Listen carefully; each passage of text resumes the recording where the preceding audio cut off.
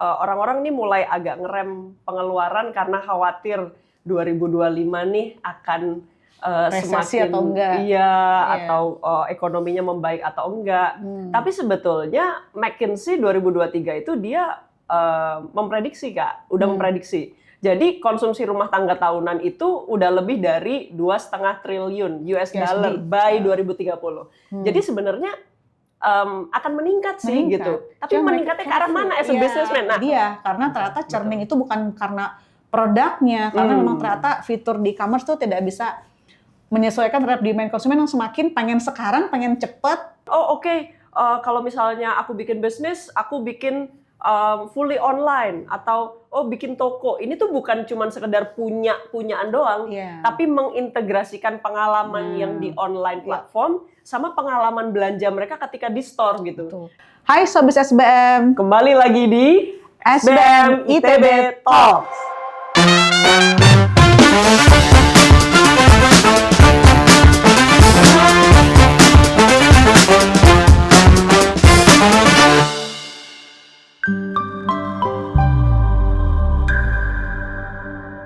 Saya Dina Deliana dari kelompok ahlian Entrepreneurship and Technology Management dengan research interest di Innovation Management and Entrepreneurship.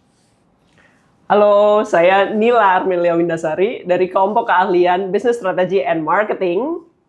The interest that I'm working on adalah di service marketing. Jadi kita kan ngomongin mengenai tren 2025 ya. Tapi kan semua yang mendasari tren dan kehidupan adalah bagaimana manusia itu sendiri. Gimana mereka hidup gitu ya. Yes. Nah, ada data terbaru nih yang bilang bahwa makin sini orang itu makin lama hidupnya. Jadi data statistik yang bilang ya katanya tuh diperkirakan 15% dari populasi akan berusia 60 tahun ke atas dibandingkan hanya 9% pada tahun 2020. Jadi orang tuh makin sini makin lebih panjang hidupnya. Ini data Indonesia kan? Data Indonesia, bahkan ternyata WHO juga merilis sedunia pun seperti itu Kak. Yes. Dan serunya yang hidup lebih lama itu perempuan. Interesting. Ini ngaruhnya apa kira-kira ke bisnis di tahun 2025 ya? It is. Sebetulnya ini menariknya gini lagi sih Kak. Kita bicara angka harapan hidup makin panjang. Iya. Tapi di sisi lain artinya negara kita, atau bukan negara lah, global lah, akan menanggung beban. Enggak sih, artinya gimana kita buat si elderly ini kualitas hidupnya tetap bagus. Meskipun dia udah aging. Sehingga bisa produktif hingga bukan jadi sandwich generations. It is. Jadi kita menghindari itu, karena kalau sampai itu tidak ditangani bisa jadi malah bukan, kan kalau double berarti jadi apa? Triple sandwich generations. Jadi bisa jadi sampai ke cucu-cucu ya. Ini kan karena tren longevity ini semakin, mungkin ini 2022 adalah starting ya. Tapi ini kayaknya akan terus ya. Kalau kita lihat juga sekarang teman-teman kita aja hidup lebih sehat. Betul. Ya, di umur kita lebih sehat, orang tua kita belum sehat saat umur kita tuh. Benar. Jadi bayangin orang pasti hidup lebih panjang. Ya. Ini pasti banyak implikasi ke bisnis. It is. Ya kan? Kalau gue berpikir ya, sekarang tuh sebenarnya lagi banyak trennya itu, justru trennya itu bukan tentang health lagi Kak, tapi wellness. Jadi health itu kalau kita dulu berpikir health itu masalah healthcare gitu ya. Jadi bisnis medis gitu ya, kesehatan. Tapi sekarang itu menyembuhkan gitu ya. Nah, sekarang tuh kebugaran. Jadi bisa jadi mungkin hal-hal semacam kelas yoga, atau misalnya makanan-makanan yang organik itu makin orang makin prefer gitu kan. Terus kemudian hal-hal kayak pola hidup sehat, orang-orang mulai merhatiin nih kualitas udara itu. Temen gue kayak tiap pagi dia akan ngecek tuh AQI itu. Hari ini pagi ini ada polusi nggak nih? Artinya kita emang the good things adalah kita makin concern ke arah sana. Jadi produk-produk yang kita hasilkan supposed to be makin sustainable juga. Itu. Dan kelihatannya orang makin sini kan seperti hukum Maslow ya, makin sini makin naik terus ya kebutuhannya. Oh, gue sehat udah, makan sehat udah, olahraga udah semua dijabanin tuh ya. Berarti saya butuh fashion yang lebih mensupport lagi. Fashion jadi ketarik ya. Food jadi ketarik juga gitu kan ya. Snack ketarik juga gitu ya. Terus nanti lama-lama kan fisik udah sehat, mental gue harus sehat juga, ketarik juga tuh bisnis-bisnis yang di mental health ya. Betul. Terus udah sehat, kulit harus cakep juga. Iya kan? Sangat dinas sekali topiknya. Skincare, plastic surgery bakal Betul, beyond lagi betul, gitu kan. Bahkan betul. mungkin mereka mulai mencari apa ya yang lebih baik buat dia ya. Berarti better skincare, better hair care. I see. Bisa Iya. jadi seperti itu ya mungkin ke depannya. Gue boleh nggak sebenarnya kalau narik, ini kan tadi kita ngomong di awal-awal tentang individual level of well-being ya. Iya. Gue tarik lagi, sebetulnya orang-orang artinya dia akan makin concern bukan cuman tentang dirinya sendiri, Iya. tapi planet tetap tempat gue hidup nih, udah sebaik apa buat gue Iya, tinggalin iya. gitu. Lama-lama karena dia udah apa lagi nih, gue udah bagus semua nih ya. Surrounding gue harus dia bagusin juga. Mungkin akan nyambung juga ke sustainability juga berarti isu Benar, itu ya. benar. Jadi mungkin teman-teman sini punya bisnis di situ ya, semuanya ketarik juga termasuk financial Kak. Oke, iya, Iya iya, kan? iya. Insurance sekarang kan dulu 75 tahun selesai tuh. Kalau masih hidup gimana? 99 plus ya. Iya. Benar, benar. Iya benar. kan berarti kan health industry menjadi lebih panjang. Dia harus memikirkan kan kalau sekarang kan mungkin makin tua tuh makin mahal ya preminya. Padahal mereka hidup tuh masih lama gitu ya. Belum asuransi jiwa gitu ya. Benar, benar. Belum mungkin ya mungkin kalau yang sehat bagus. Kalau yang nggak sehat berarti harus lebih panjang lagi kan dia persiapannya gitu ya. Apa namanya kesehatannya harus dijaga gitu. Iya, iya. Kak, ini gue punya data yang kedua nih. By the way, setelah kita ngomongin tadi ya tentang kualitas hidup, tentang gimana pola orang mengarah ke lebih ke longevity dan juga sustainable product tadi ya. Iya. Kita sekarang geser dikit deh ke produk-produk tadi. Kamu menyinggung tentang produk finansial gitu Ya, ya. finansial. Ini kita juga tahu bahwa sebenarnya kalau kita bicara di Indonesia, mungkin literasi keuangannya belum ke arah situ. Tapi gimana kita menarik bahwa orang ini mulai aware nih, Iya. kesadaran mulai tinggi nih, kesadaran keuangan mulai tinggi. Nah, kira-kira efeknya ke bisnis-bisnis keuangan, fintech begitu ya. Ini kan kalau kita tahu ya, 58% dari populasi itu sebetulnya udah mulai menggunakan pembayaran digital. Betul. Nah, kira-kira kalau menurut kamu nih, Kak, implikasinya ke bisnis-bisnis yang lain, karena sebenarnya financial ini kan enabler ya. Iya, enabler sebenarnya. Cuman sekarang kita mesti lihat ada dua area untuk growth ya. Apakah dia itu di urban, apa dia di rural? Oke. Karena ternyata behavior payment mereka berbeda. Kalau misalkan di urban kan kita udah literate gitu ya. Dia malah demand more gitu Kak. Jadi what's beyond fintech, berarti dia udah nyari lagi sesuatu yang mungkin interconnected. Menarik nih. Open banking, dia punya multiple accounts, dia punya multiple investment account. Di-manage, kalau bisa mereka pasti pengennya di-manage dalam satu tempat. Gitu ya. Udah gitu dia juga udah melakukan self-literate. Ya. Pasti dia pengen punya community yang saling ngomong hal yang sama, udah ke situ gitu. Jadi mungkin teman-teman fintech yang mainnya di urban, mereka harus mikir lagi what's next gitu ya. Sedangkan di rural mungkin kita masih berpikir adopsinya kita tingkatkan lagi. Dia mungkin bisa ya, memudahkan ya peningkatan penggunaan. Itu masih ke situ arahnya gitu ya. Jadi mungkin segmentasinya berbeda. Jadi harus dipilih nih saya mau arahnya ekspannya kemana? Rural apa ke urban? Karena bakal beda strateginya kayaknya Kak tuh. Setuju Kak. Kalau kita bicara tadi ya, mau nggak mau fintech ini tidak bisa dilepaskan dari ketika kita bilang tentang seberapa jauh akses terhadap layanan digital. Iya. Ya kan? Benar. Nah, meanwhile di Indonesia itu kita tahu kayak aku bisa bilang mungkin lebih dari 80% dari orang Indonesia itu pengguna internet. Iya. Keempat di dunia loh. Nah, pengguna internet. Artinya mereka akan terpaparnya tuh banyak banget tuh. Iya. Terpapar itu kalau kita bisa bilang ya, bisa terpapar bisnis-bisnis yang atau misalnya tawaran yang sifatnya positif, bisa juga informasi yang negatif. Benar juga. Apalagi mereka ternyata 8 jam minimal spending, rata-rata spending sehari di internet. Jadi bayangin dari mulai yang positif, negatif, semua gimana kalau dia nggak bisa menyaring ya? Apa tuh kira-kira implikasinya kepada future business kira-kira? Betul. Ini gue sebetulnya baru aja baca ya tentang reportnya Forbes. What kind of consumer trends di 2025 yang akan nanti yang kita hadapi gitu ya. Salah satunya itu sebetulnya adalah tentang bagaimana generatif AI ya itu diadopsi. Nah, mungkin pertanyaannya justru bukan cuman tentang diadopsinya, bukan tentang bagaimana ini diadopsi aja gitu, tetapi bagaimana generatif AI ini dimanfaatkan di dalam bisnis gitu. Karena orang-orang mungkin kalau sedang melihat, oh ya GPT, oh ya pakai chat GPT gitu. Baru Tapi segitu doang gitu ya. pakai buat apa? Gitu. Gimana makainya gitu? Masih permukaan gitu ya. Benar. Jadi makin lebih dalam gitu ya. Betul. Hopefully betul, mungkin kalau dari yang 8 jam itu mungkin kalau misalnya datain juga ya, ternyata mereka itu banyaknya di mobile, Kak. Jadi mungkin the future juga 2025 teman-teman pebisnis ini harus sudah mulai melihat gimana mereka mengutilisasi mobile itu, baik itu dia social commerce, ads banyakin di mobile, mau dia mungkin SMS Plus masih masuk lagi sekarang. Iya nggak sih? Karena kan saking diverse-nya medianya ya. SMS pasti cuma satu kan. Bisa jadi malah ngetren lagi tuh gitu. Jadi how to enhance gitu ya penggunaan mobile untuk baik itu advertising maupun dia untuk retentions dan lain-lain lah katanya kayak gitu. Aku sehubungan dengan ini Kak, terkait dengan tadi ya penggunaan internet dan lain-lain. Ini kalau dari sisi consumer ya, dari sisi consumer studies. Ini ada lanjutannya nih studinya Nielsen IQ ya. Dia bilang bahwa sekarang itu masyarakat itu moving sebetulnya. Kalau yang sebelumnya itu dia bilang careful spending, sekarang itu intentional spending. Iya. Ada tuh. Mereka mulai melihat value dari dia spend something. Kelihatannya ke situ. Itu.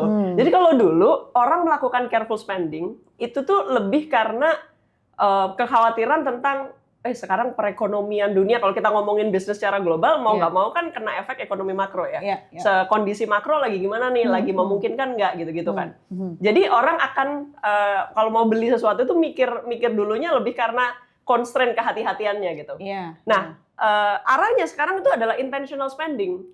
Intentional spending artinya dia akan berpikir dulu, kalau aku mengeluarkan uang segini, itu apakah manfaat yang aku dapatkan itu benar-benar nih dengan itu. Benar. Apalagi ditambah kalau ternyata Indonesia ini kan mulai masuk ke medium apa namanya middle age. Middle age apa namanya? Ya benar kan? Middle masuk ke usia-usia seperti itu ya, middle class population katanya. Which is sebenarnya mereka itu secara sanggup spending gitu ya. Dan termasuk yang tadi kamu bilang intentional ya. Benar, intentional berarti spending. Itu mungkin masuk nggak sih? Ini mungkin the future of premium ya, premium plus valuable brand masuk ke situ. Oke, iya. Ini kalau kita bicara, mungkin Kak Dina juga dengar ya, orang-orang ini mulai agak ngerem pengeluaran karena khawatir 2025 nih akan resesi semakin atau enggak? Iya.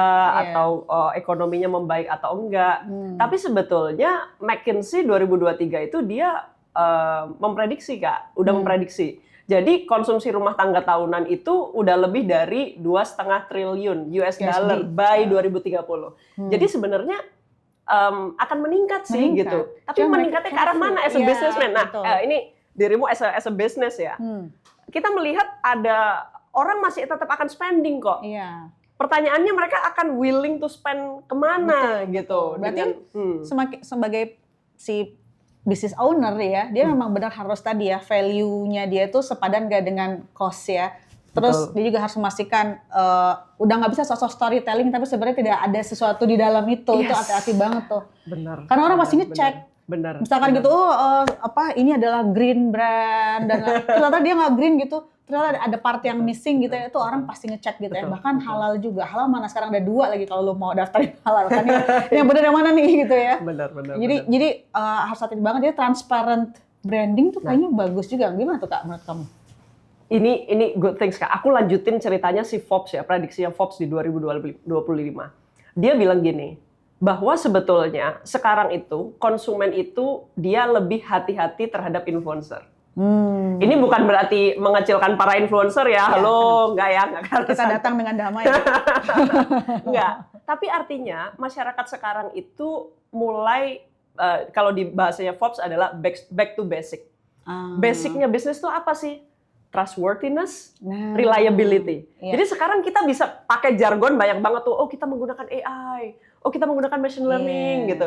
Tapi basicnya bisnis itu apa sih? Apakah produk yang lu hasilkan itu gue bisa percaya nggak? Nah, Trusted nggak tuh? trusted. Reliable nggak Iya, service lu? iya.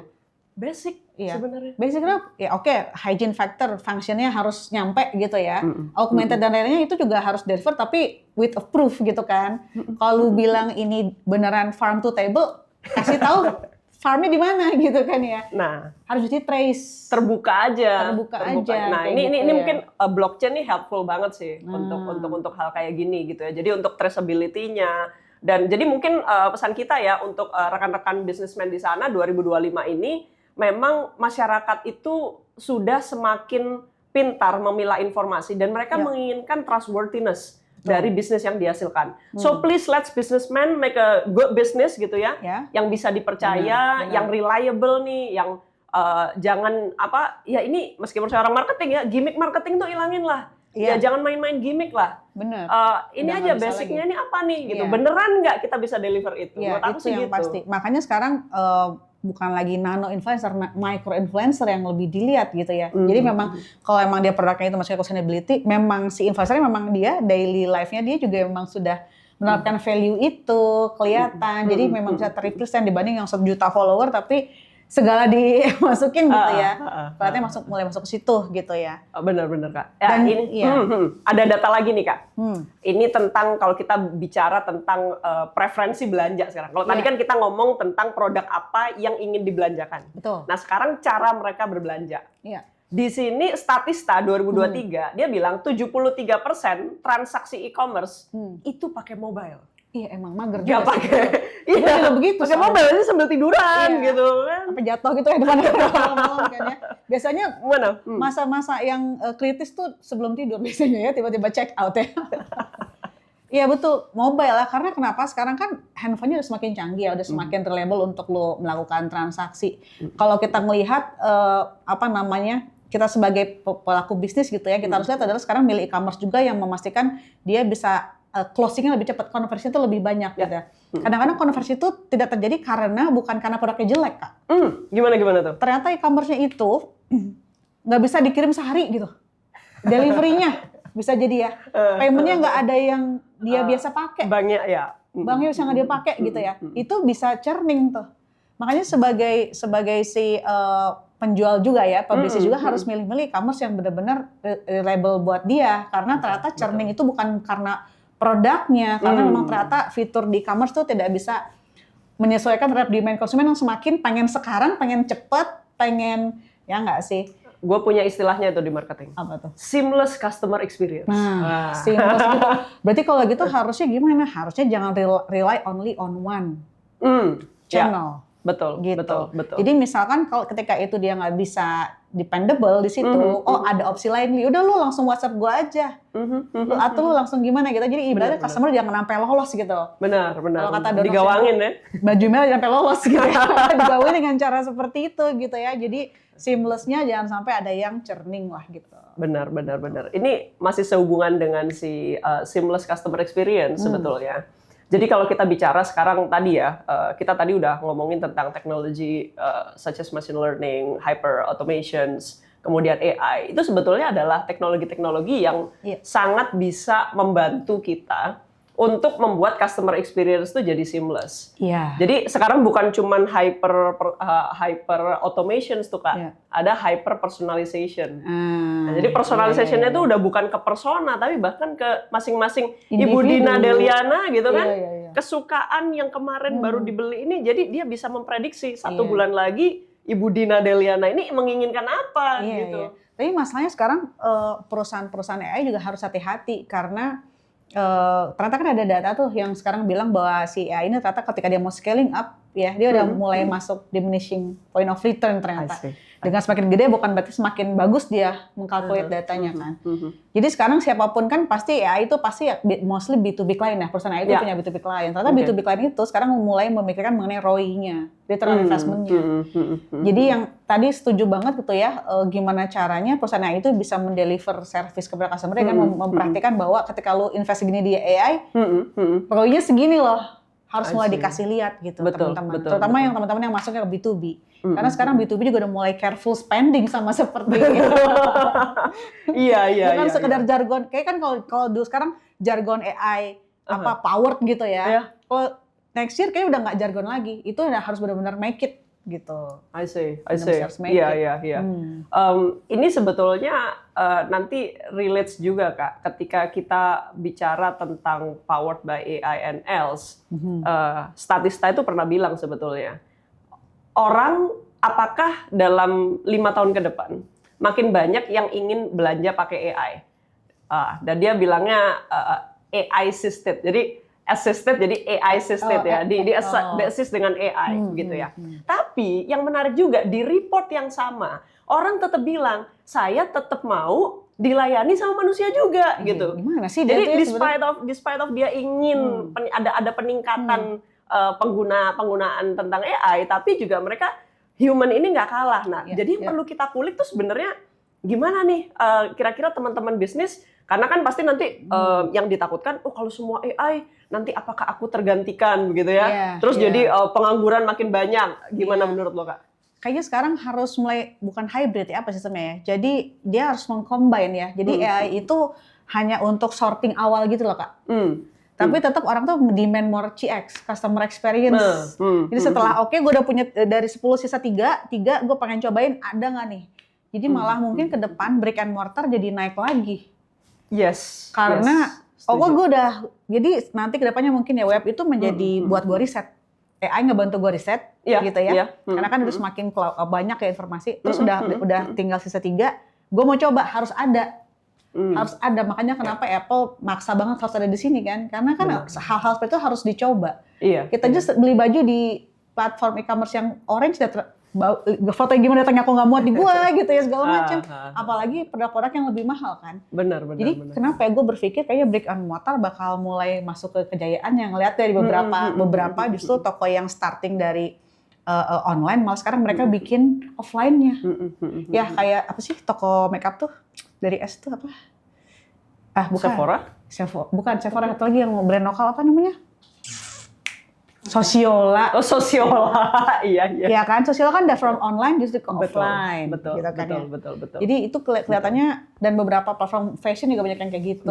Ternyata itu tuh saling menguatkan gitu. Iya. Setuju. Jadi biasanya awalnya mereka, ini research online, terus mereka beli offline pakai, nyobain dan enak, belinya lagi, repurchase-nya di online lagi. Jadi harus hybrid gitu mungkin gitu teman-teman ya, mungkin ya. Iya, setuju sih Kak. Ini sebenarnya sangat relate ke yang kita bilang tadi tentang seamless customer experience itu kayak apa gitu. Jadi ini tuh bukan cuman gini ya teman-teman, kalau misalnya aku bikin bisnis, aku bikin fully online atau bikin toko. Ini tuh bukan cuman sekedar punyaan doang, tapi mengintegrasikan pengalaman yang di online platform sama pengalaman belanja mereka ketika di store gitu. Jadi justru kalau bisa rekan-rekan yang ada di kasir atau rekan-rekan yang shopping online assistant itu bukan cuman bertindak sebagai Kak dicariin dulu ya size-nya, bukan cuman sekedar nyari size atau inventory, tapi ngasih masukan, Bu Dina pakai baju warna ini tambah cantik loh. Hal-hal kayak gitu yang mungkin diinginkan sama konsumen di 2025. Kedepannya bahkan mereka harus bisa cross-selling dan upselling miminnya. Seperti biasa, jangan sampai lolos. Jadi kalau ternyata nggak ada yang dia mau, tapi Kak ada yang mirip ini gitu ya. Tapi Kakak coba boleh fotoin nggak? Ini cocoknya ini. Jadi kayak gitu tadi ya, mungkin udah beyond. Dan itu nggak bisa 100% pakai chatbot kayaknya ya. It is. Kan chatbot dia mungkin bisa nih kita ajarin AI powered chatbot untuk speak gitu ya. Tapi kan apakah speak-speaknya ini genuine atau enggak, konsumen kita itu bisa ngerasain. Makin sini customer udah semakin terlatih gitu untuk kesensi. Iya, ini mah bot doang nih. Iya. Satu yang menarik juga ya, customer kita kan dari tadi health apa dan semoga macam ya, finance, kita masuk ke travel, karena itu satu hal yang paling menarik growing juga nih di Indonesia gitu ya. Jalan-jalan. Ya, jadi katanya justru sekarang tuh ada terus baru nih, experiential travel. Ya, kayak gitu. Benar. Kenaikannya tuh sampai 12% per tahun sampai 2025. Gitu. Itu menurut Alit Market Research gitu ya. Di mana 50% pelancong lebih memilih wisata pengalaman dibandingkan liburan tradisional, eksperiental, Kak. Yes. Lu kan ahlinya, coba gimana? CX tuh, Iya. CX lagi tuh. CX lagi, iya. Memang kalau kita, ini aku back to basic ya. Basicnya experience itu apa sih? Experience itu kan membangkitkan sense ya. Ya. Experience itu membangkitkan sense. Jadi kalau dulu, kayak misalnya ya, aku kebayang kalau belum pernah ke Paris ya, mau foto di depan Menara Eiffel. Iya. Ya, itu destinasi. Ya. Dapat fotonya dipajang di rumah. Ya. Sering banget dong, Ya. mungkin era-era 10 tahun ke belakang gitu Ya. ya. Nah, sekarang yang orang pengen tahu itu justru Eiffel ini yang membangun bisa sampai setinggi ini tuh sejarahnya gimana sih? Iya, ya udah beyond gitu ya. Bener. Terus kemudian ketika mereka misalnya datang ke sebuah, katakanlah ke Madrid, pola hidup orang-orang itu kalau mereka bangun pagi itu sarapannya apa sih? Iya. Mereka pengen live like locals, Kak. Jadi sensing ini bukan cuma apa yang dilihat cantik, estetik doang, tapi feels like locals ya, Iya. mengalami untuk hidup di situ, apa yang musik-musik yang didengerin, kemudian makanan yang dimakan, Iya. terus bahasa. Kadang-kadang aku inget loh polanya tuh teman-teman aku yang sering travels, mereka juga kalau mau travel ke suatu daerah, mereka pengen juga bisa belajar sedikit bahasanya dikit, itu, biar gitu. relate ya. Baru pulang nih dari Seoul kemarin ya. Jangan ke Bukchon Village gitu ya. Kan harapannya gue pengen makan pakai baju apa tuh namanya? Ini hanbok. Akhirnya gue pakai hanbok kemarin gitu gara-gara temen gue ada. Pakailah hanbok kita udah riuh gitu kan di bisa duduk.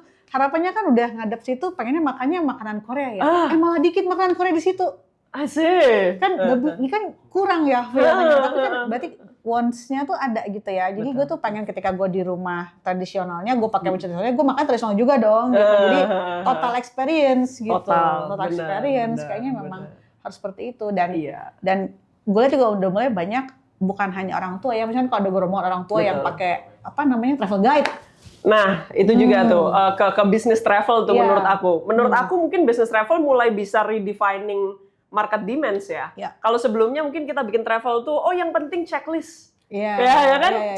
Checklist destinasi. Kita pergi kemana aja gitu. Tapi bisa jadi next itu bukan wisatanya itu bukan kita akan cup 5 menit 10 menit di sebuah lokasi, tapi kita pengen experiential apa nih, misalnya ikutan budaya minum teh.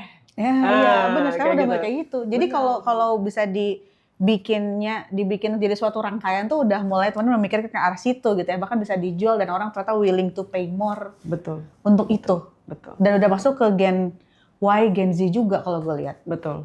Karena kemarin itu udah ada beberapa lihat udah mulai mereka tuh mau ya dengerin historinya gitu ya. Itu menarik sih.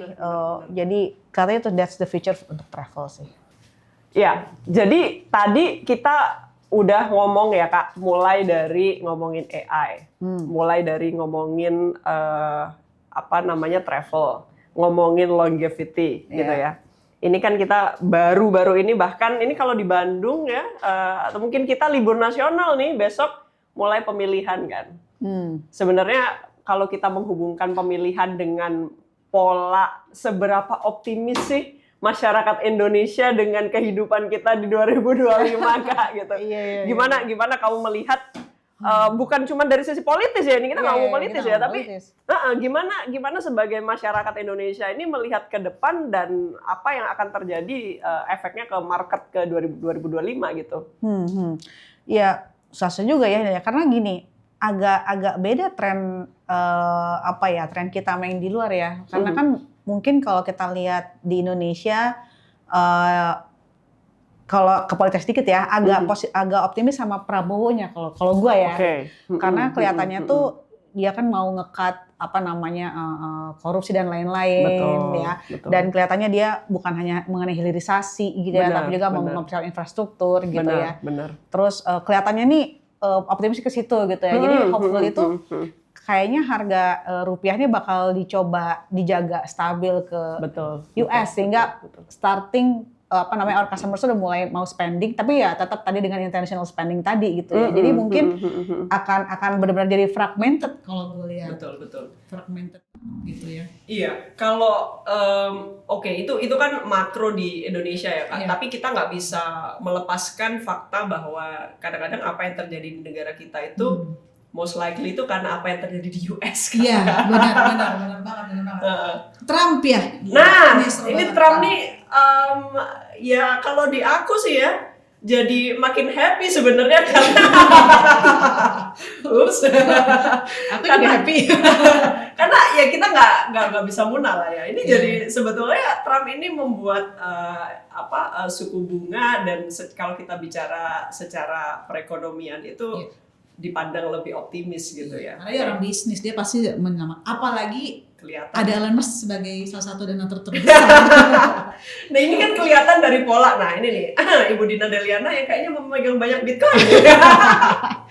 Gimana nih ini kalau kita lihat ya, Bitcoin ya 200.000 US dollar ya, dan Trump ini dia membuat janji kampanye ada cadangan Bitcoin nasional gitu. Iya, itu gara-gara ada si Elon Musk tuh. Iya. Ya, jadi kalau dari awal ketika Trump menang dan pas tahu siapa itu donatur terbesarnya, satu adalah Elon Musk, gue langsung itu kan pasar kripto langsung naik kan.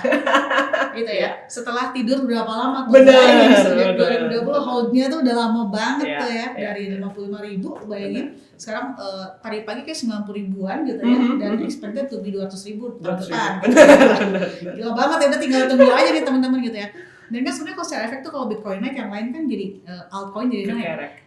Kekerek semuanya gitu ya. Apalagi kalau misalnya kita lihat dengan Elon Musk, ada beberapa koin spesifik yang dia pegang.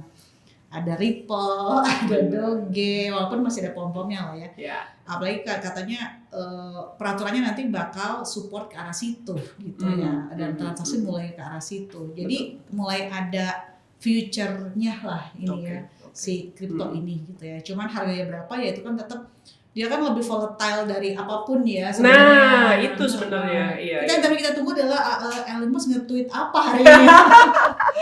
benar. Buat naiknya ya. Cuman kelihatannya kalau kita lihat secara optimis, kripto lebih optimis 2025 gitu ya. Ini bukan saran untuk membeli teman-teman. Pastikan baca ya, disclaimer gitu ya. Pastikan Anda mengetahui pola investasi teman-teman ya. Kalau teman-teman siap hilang uang, silakan masuk, kalau enggak jangan ya, dan pastikan ini uang dingin gitu ya. Cuman kelihatannya dengan itu mulai meningkat sehingga beberapa aplikasi seperti aplikasi pintu yang gitu udah mulai jadi tinggi lagi adopsinya sekarang gitu ya. Dan hopefully NFT yang sempat mau masuk ke jurangnya, dia mulai bisa kepake untuk utilitiesnya, karena kan itu tidak bisa dipisahkan ya NFT dan teman-teman di kripto itu gitu. Ya, semoga lebih baiklah buat masa depan yang gemilang dan cuan yang lebih betul tebel lagi buat teman-teman. Iya, to sum up sih Kak, kalau menurut aku ya, despite of kita tadi ngobrolin tentang ini kira-kira ini kan udah kurang dari 50 hari ya, udah kurang dari 50 hari kita menghadapi tahun yang baru ya. Kalau aku sih tetap optimis ya bahwa di Indonesia masyarakat kita semakin kritis dan terdidik begitu ya untuk satu membaca informasi yang beredar di internet dalam menggunakan digital service, digital apps. Kita makin kritis ke arah sana. Konsumen kita semakin peduli ya terhadap kesehatan dirinya dan kesehatan planetnya, so sustainable product on the go gitu ya. Kalau dari aku sih kayaknya I think we are heading to the right directions. Betul. Jadi teman-teman juga sekarang harus sudah mulai semakin smart, karena customers ini smart, we have to be smarter gitu ya. Sering melakukan research juga berkala, sering riding the wave ya, karena kalau kita lihat sekarang customer-nya shifting-nya tuh lumayan cepat gitu ya. Behavior-nya gantinya cepat banget. Jadi secara cycle bisa jadi dulu 6 bulan masih aman, sekarang bisa 3 bulan lebih pendek gitu ya. Jadi udah nggak bisa tuh entrepreneur leyeh-leyeh lagi ya. Iya, apalagi market research setahun sekali, jangan please. Nggak bisa. Itu mah continuous ya. Continuous banget gitu ya. Jadi harus sangat sensitif melihat perubahan gitu ya. Karena sekarang itu tadi, kalau teman-teman terlalu lambat merespon, yang ada dimakan sama kompetitor lebih gampang. Setuju. Gitu. Setuju banget. Ya, dan jangan lupa value bukan sekedar jargon, storytelling yang nggak ada story-nya gitu ya. Karena sekarang semua orang lebih memastikan uang yang dia spending itu, every penny itu betul-betul worth worth gitu untuk apa yang dikeluarkan. Itu mungkin dari kita teman-teman, semoga berguna semuanya. Ayo Sobat SBM, terus saksikan SBM ITB Talks di episode selanjutnya. Dan jangan lupa klik tombol like, subscribe di platform YouTube, dan follow di Spotify. Kita tunggu diskusinya di kolom komentar ya. Jangan lupa sebarkan podcast ini ke platform media sosial Anda masing-masing. SBM ITB for the greater good.